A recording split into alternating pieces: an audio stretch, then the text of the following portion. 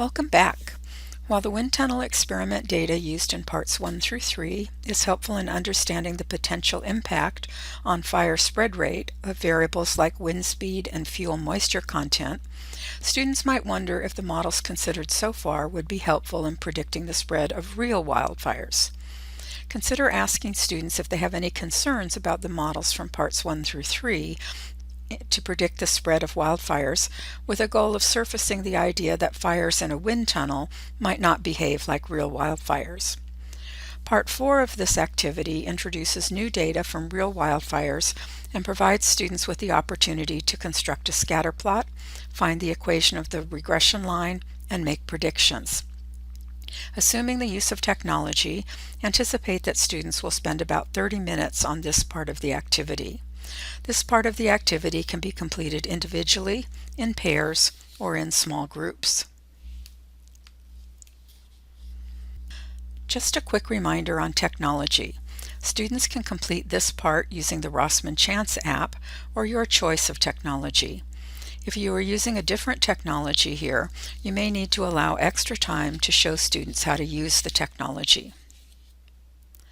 The data set that is used in this part of the activity is from a paper that appeared in the International Journal of Wildland Fire.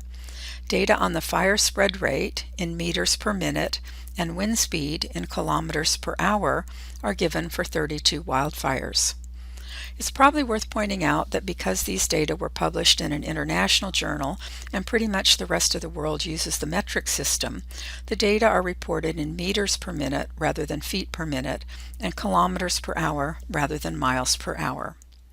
If time allows, you can have students think about whether 1 meter per minute is a faster spread rate than 1 foot per minute, and if 1 kilometer per hour is a greater wind speed than 1 mile per hour.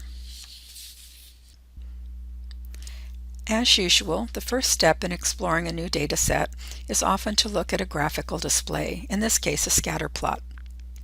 In question 1 of this part of the activity, students construct a scatter plot and are prompted in question 2 with a question about unusual points in the scatter plot.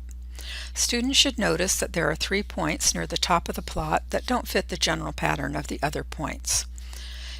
In question 3, an explanation is given noting that these 3 points were all from fires in a location that had an unusually low relative humidity, and so they might not be representative of conditions for most wildfires.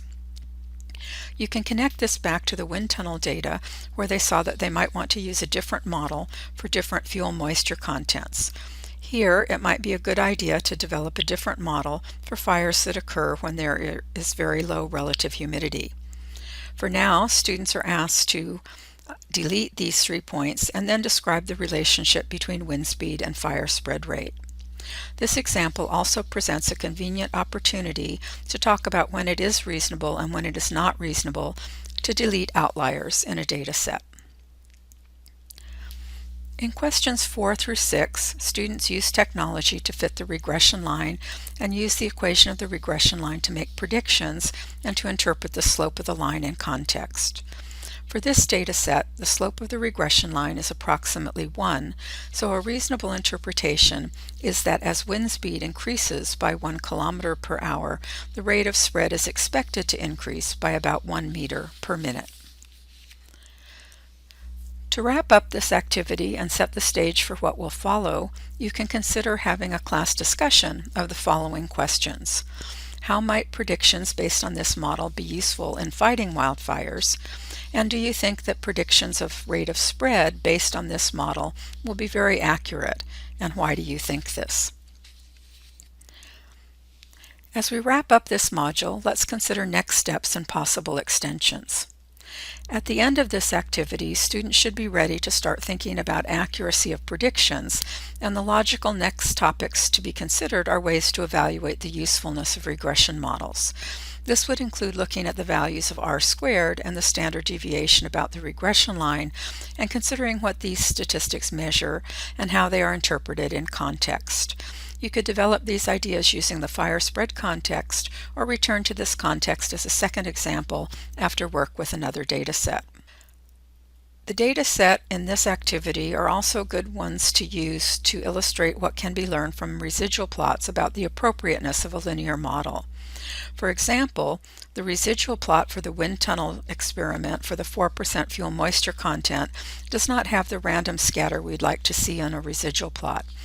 If some students noted earlier that it might be a curved pattern in the original scatter plot, this would confirm their observation.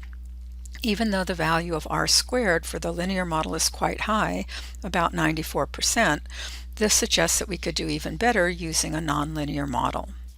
And if your course includes nonlinear models or multiple regression, those are obvious extensions for this activity.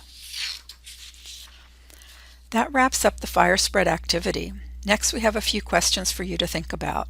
Once you've completed that, you can claim your badge. We hope you have enjoyed this COSI module.